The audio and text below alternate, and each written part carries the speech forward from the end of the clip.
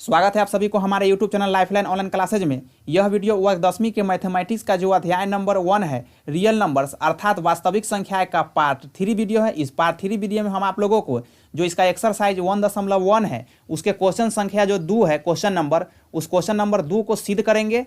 बहुत ही अच्छा क्वेश्चन है, लेकिन आप लोगों को बता दें कि एक क्वेश्चन को सही से नहीं समझने के कारण ये क्वेश्चन जो स्टूडेंट को होता है ना, उलझन सा जैसा लगता है। इसलिए आप लोगों बिना स्किप के उस वीडियो को देखिए ताकि आप लोगों को आज के बाद से इस क्वेश्चन से संबंधित कोई भी डाउट न रह जाए। अगर आप लोग हमारे चैनल पर नए हैं, चैनल को सब्सक्राइब कीजिए, बेल आइकन प्रेस कीजिए ताकि समय समय पर महत्वपूर्ण वीडियो का नोटिफिकेशन आप लोगों को मिलता रहे। तो चलिए बढ़ते हैं प्रश्न की तरफ। देखिए प्रश्न क्या आप लोगों को है, ध्यान से समझिएगा। ये बस समझने वाला क्वेश्चन है कि दर्शाए कि प्रत्येक धनात्मक समपूर्णांक क्या है। दर्शाए कि प्रत्येक धनात्मक समपूर्णांक 2q के रूप का है। क्या है? 2q के रूप का है एवं प्रत्येक धनात्मक विषम पूर्णांक 2q+1 का है।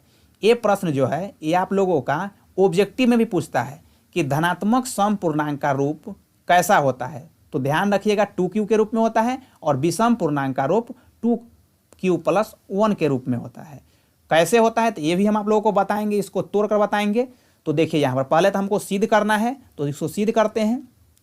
पहला स्टेप में हम लोग क्या करेंगे, माना ए कोई धनात्मक पूर्णांक है जिसे 2 से विभाजित करने पर भागफल q तथा शेषफल r प्राप्त होता है। 2 इसलिए माने हैं क्योंकि देखिए यहाँ पर ये क्या है, 2 से में q से गुना है, मतलब क्या है, समपूर्णांक का जो रूप है 2q है, इसलिए हम 2 मान लिए हैं। क्योंकि जो हमारा भाज्य होगा, जो भाजक q में भाग देंगे तब क्या हो जाएगा, हमारा 2q आ जाएगा। इसलिए 2 से विभाजित करने पर भागफल q तथा शेषफल r प्राप्त होता है। आप लोगों को पता है कि शेषफल को हम लोग क्या कहते हैं, r कहते हैं। रिमाइंडर को r से सूचित करते हैं।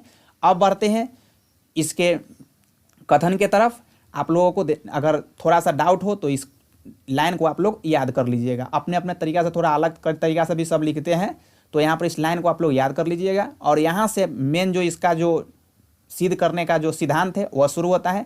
देखिए चूंकि यूक्लिड विभाजन क्या है, यूक्लिड विभाजन प्रमेयिका से, यूक्लिड विभाजन प्रमेयिका से। तो क्या होता है यूक्लिड विभाजन प्रमेयिका से फॉर्मूला, तो a बराबर bq+r होता है। a बराबर bq+r होता है, जहाँ 0 ग्रेटेन r या बराबर। ये इसको शॉर्ट में आप लोगों को समझा देते हैं कि जब हम लोग कोई भी भाग बनाते हैं तो उसमें क्या होता है, r कहने का मतलब शेष क्या होता है, या तो 0 आता है, पूरा पूरी कट जाता है, और नहीं तो 0 से क्या होता है, बड़ा आता है। लेकिन भाग देने वाला जो संख्या होता है उससे क्या आता है, हमेशा छोटा आता है। जैसे देखिए यहाँ पर 7 हो गया, 7 से आप लोग भाग दीजिए 15 में दे देते हैं, 7 दूना 14, कितना बच गया आप लोगों का, 1। अब देखिए भाग देने वाला जो था b, अब बताइए b से छोटा है कि बड़ा है शेष। तो देखिए 0 से तो बड़ा हो जाएगा, लेकिन फिर भी क्या होगा, जो भाग देने वाला आता है उस संख्या से छोटा होता है। यह कथन यही आप लोगों को सिद्ध करता है, बतलाता है। याद करने का तरीका इसे ध्यान रख सकते हैं, ORB और ग्रेटर देन लगा देंगे और नीचे यहाँ पर माइनस का चिन्ह लगा देंगे याद करने के लिए ORB, लेकिन ये होता क्या है, 0 होता है, ध्यान रखिएगा। अब देखिए तो a बराबर bq r लिखे हैं, तो देखिए a बराबर, तो हम लोग क्या माने हैं, जो विभाजित करने वाले को b बोलते हैं, जिसे भाग दिया जाता है तो विभाजित करने वाले को b बोलते हैं, तो bq, तो मतलब 2q क्या है, भागफल जो हुआ आप लोगों का प्राप्त q, तो उसमें गुना करेंगे तो 2q+r प्राप्त हो जाएगा। और ये जो ऊपर का जो कथन है वो लिख दिए। अब देखिए यहाँ q एक धनात्मक पूर्णांक है, ये q क्या है, एक धनात्मक पूर्णांक है, तथा r एक पूर्ण संख्या है। r एक क्या है, पूर्ण संख्या है।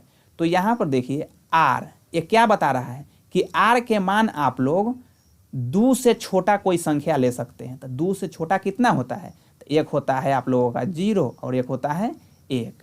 तो 0 1 को जब हम लेंगे, r के मान रखेंगे कि 0 और 1 रखने पर, तो देखिए a बराबर 2qr, ऊपर वाला ये उतार दिए, इसमें r के मान कितना बैठा दिए हम लोग, तो 0 बैठा दिए। तो कितना प्राप्त हो गया हम लोगों का, 2q प्राप्त हो गया। कितना प्राप्त हुआ, तो 2q प्राप्त हो गया।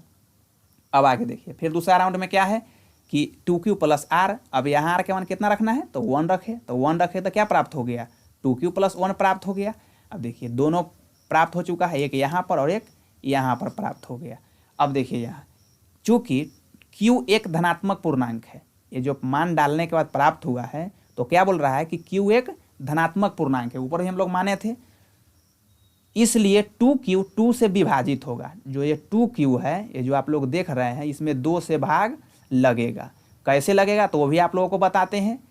जैसे देखिए यहाँ पर धनात्मक पूर्णांक बोला है, कितना आप लोगों को प्राप्त हुआ है आंसर, एक तरीके से 2Q प्राप्त हुआ है। तो धनात्मक पूर्णांक बोला है तो Q के मान आप लोग 1 डालिए, 1 डालिएगा तो कितना होगा, 2 प्राप्त होगा। अगर Q के मान आप लोग 2 डालते हैं तो कितना प्राप्त होगा आप लोगों का, 1 डालने पर आप लोगों का 2 प्राप्त होगा, और 2 डालने पर कितना प्राप्त होगा आप लोगों का, 4 प्राप्त होगा, 3 डालने पर 6 प्राप्त होगा। अब बताइए ये जो आंसर आ रहा है ये धनात्मक समपूर्णांक का रूप है कि नहीं। मतलब क्या होगा कि Q एक धनात्मक पूर्णांक है, इसलिए 2Q 2 से विभाजित होगा, अतः प्रत्येक धनात्मक समपूर्णांक का रूप 2Q के रूप में होता है। इसे ध्यान रखिएगा आप लोग। तो ये स्टेप आप लोग क्लियर हो गया। अब विषम पूर्णांक बोला है कि विषम पूर्णांक 2Q + 1 के रूप में होता है। तो देखिए 2Q + 1 जो यहाँ पर मान हमको आया हुआ है 2Q + 1 2 से विभाजित नहीं है, 2 से विभाजित नहीं है। कैसे नहीं है तो यहाँ पर भी देखिए क्या है, धनात्मक पूर्णांक का रूप है, तो यहाँ कोई मान डालिए Q का मान डालिए 1, तो 1 डालिएगा तो कितना हो जाएगा, देखिए यहाँ 2 × 1 + 1 कितना हो जाएगा 3, 2 डालेंगे तो 2 × 2 + 1 = 5, 3 डालेंगे तो 3 दूना 6 × 1 7। देखिए ये विषम पूर्णांक आ रहा है कि नहीं आ रहा है। यही आप लोगों का सिद्ध हुआ कि 2Q + 1 के रूप में जो रहता है वह धनात्मक विषम पूर्णांक का रूप होता है। तो इस प्रकार से क्या हुआ, यह प्रूव्ड हो गया। उम्मीद है कि आप लोगों को यह वीडियो समझ में आ गया होगा। अगर आप लोगों को वीडियो अच्छा लगा है तो वीडियो पर लाइक कीजिए, कमेंट कीजिए, और चैनल पर नए चैनल को सब्सक्राइब कीजिए। प्रश्न संख्या 3 आप लोगों के सामने है कि दिखाए कि एक धनात्मक विषम पूर्णांक, क्या विषम पूर्णांक 4Q + 1 या 4Q + 3 के रूप में होता है, जहाँ Q एक क्या है, पूर्णांक है। तो पिछला क्वेश्चन से ही मिलता जुलता क्वेश्चन है, यहाँ पर विषम पूर्णांक का पूछ रहा है। तो देखिए यहाँ पर जिस प्रकार से पहले वाले क्वेश्चन में हम लोग माने थे उसी प्रकार से यहाँ पर मान लेंगे कि माना कि ये कोई धनात्मक पूर्णांक है जिसे 4 से विभाजित करने पर यहाँ पर 4Q के रूप में है, तो पीछे 2 था तो 2Q के रूप में माने हैं। यहाँ पर प्रश्न संख्या 3 आप लोगों के सामने है कि दिखाए कि एक धनात्मक विषम पूर्णांक 4Q + 1 या 4Q + 3 के रूप में होता है।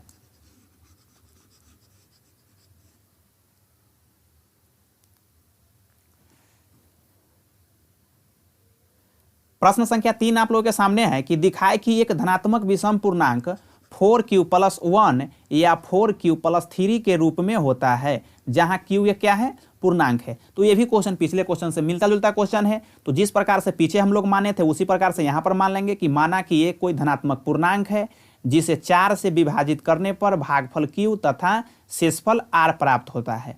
यहाँ पर देखिए 4 से विभाजित क्यों किए हैं, क्योंकि यहाँ पर 4Q के रूप में, मतलब 4Q के रूप में है। जैसे पीछे 2Q के रूप में था तो 2 से विभाजित किए थे, यहाँ पर 4 के रूप में तो 4 से विभाजित किए हैं। तो इस प्रकार से कथन इसका लिख दिए। अब देखिए आगे क्वेश्चन सिद्ध करने के लिए यूक्लिड विभाजन प्रमेयिका का फॉर्मूला क्या होता है, तो ए बराबर होता है BQ + R, जहाँ क्या चीज़ ये आप लोग देख रहे हैं कि R के मान या तो 0 होगा, नहीं तो 0 से बड़ा होगा, लेकिन B से छोटा होगा। जैसे आप लोग समझते हैं ना, इस हिसाब से जैसे देखिए यहाँ पर 3 से दीजिएगा आप लोग 6 में भाग, तो देखिए यहाँ पर कितना हुआ, 3 दूना 6 आप लोग का कट गया।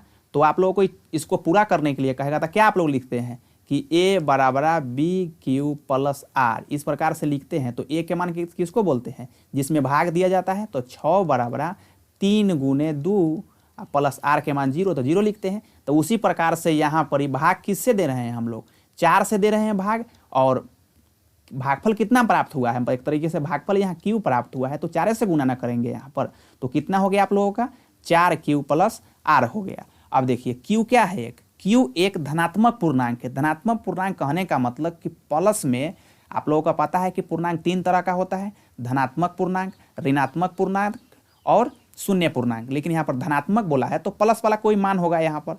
तो क्या बोला है कि R का मान जो होना चाहिए, क्या चीज़ से होना चाहिए, यहाँ पर जैसा कि देख रहे हैं एक लाइन यहाँ पर छूट गया है, आप लोगों को लिख देते हैं। देखिए यहाँ पर 0 इस हिसाब से लग जाएगा, और R और ग्रेटर कितना है यहाँ पर तो 4 है, 4 है ना यहाँ पर लाया हुआ है, तो 4 है, मतलब 4 से कम तक के आप लोग कोई संख्या ले सकते हैं, मतलब 4 से छोटा ही कोई संख्या होगा। तो 4 से छोटा कोई संख्या क्या हो जाएगा आप लोगों का, तो 4 से छोटा होगा आप लोगों का 0, 1, 2, 3 तक हम लोग मान डालकर चेक कर सकते हैं।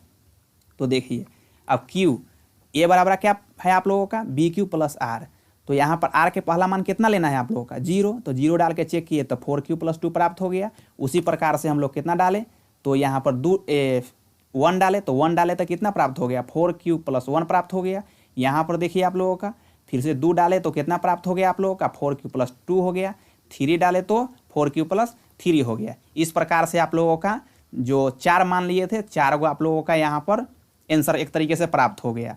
अब देखिए यहाँ पर अब इसी को चेक करके बता देना है कि 4Q, 4 प्लस 2 से विभाज्य है, क्या है 2 से विभाज्य है। मतलब देखिए यहाँ पर ये जो देख रहे हैं 4Q, तो Q के कुछ मान लीजिए यहाँ पर, फिर से 1 लीजिए तो 4 हो जाएगा, 2 लीजिएगा तो 2 दूना कितना है यहाँ पर 4 ना है, तो 4 2 लीजिएगा तो 8 हो जाएगा, फिर 4 में 3 लीजिएगा तो 12 हो जाएगा, फिर 4 लीजिएगा तो 16 हो जाएगा। देखिए यहाँ सब 2 से विभाज्य है कि नहीं है, मतलब ये सम पूर्णांक एक तरीके से रूप है। और इसमें भी डालिएगा आप लोग तो उसी प्रकार से आएगा, 1 डालिएगा तो कितना हो जाएगा 4 1 कम 4, 4 2 6, 3 डालिएगा तो कितना हो जाएगा 4 3 12, 12 2 14। तो ये सब तो सम पूर्णांक का रूप हो जाएगा। और 4Q प्लस 1, 4Q प्लस 3 2 से विभाज्य नहीं है। क्यों विभाज्य नहीं है, तो फिर से इसका मान डाल के चेक कीजिए आप लोग। 4 में 1 डालिए एक तरीके से Q का मान, तो 4 गुने 1 तो 4 3 7, 2 से विभाज्य होगा नहीं होगा। आप लोग 3 डालिए तो 4 3 12, 12 3 15 हो जाएगा, फिर से 2 से विभाज्य है नहीं है, मतलब ये क्या है विषम पूर्णांक का रूप है। तो यही दिखाना था आप लोगों का कि अतः 4Q प्लस 1 और 4Q प्लस 3 धनात्मक विषम पूर्णांक का रूप होता है, जबकि ये क्या है ये सम पूर्णांक का रूप होता है। इससे पहले कितना होगा आप लोगों का, ये समझ में आ गया आप लोगों का। तो इस तरीके से जो इसको सिद्ध करना था सिद्ध करके बता दिए हैं। उम्मीद है कि आप लोगों को ये वीडियो समझ में आ गया होगा। अगर आप लोगों को समझ में आया है तो वीडियो पर लाइक कीजिए, कमेंट कीजिए, और चैनल पर नए हैं चैनल को सब्सक्राइब कीजिए, ताकि समय समय पर महत्वपूर्ण वीडियो का नोटिफिकेशन आप लोगों को मिल सके। हमारे इस चैनल पर वर्ग 10वीं के ऑल सब्जेक्ट की तैयारी बहुत ही बेहतर ढंग से कराई जा रही है। अगर आप लोग चाहते हैं कि अपने एग्जाम की तैयारी बेहतर ढंग से करें तो हमारे चैनल से नियमित रूप से जुड़े रहें। अगर आप लोगों को किसी भी सब्जेक्ट से संबंधित कोई डाउट हो या नोट, जो इसका क्वेश्चन का जो नोट आप लोगों को फ्री में प्राप्त करना चाहते हैं, तो हमारे व्हाट्सअप कॉन्टैक्ट 7562898789 से संपर्क कर सकते हैं। यहाँ से आप लोगों का जो एग्जाम में आने वाले महत्वपूर्ण क्वेश्चन का जो नोट है वो बिल्कुल फ्री में प्रोवाइड कराया जाएगा। तो आज के लिए इतना ही, धन्यवाद। फिर मिलेंगे नेक्स्ट वीडियो में।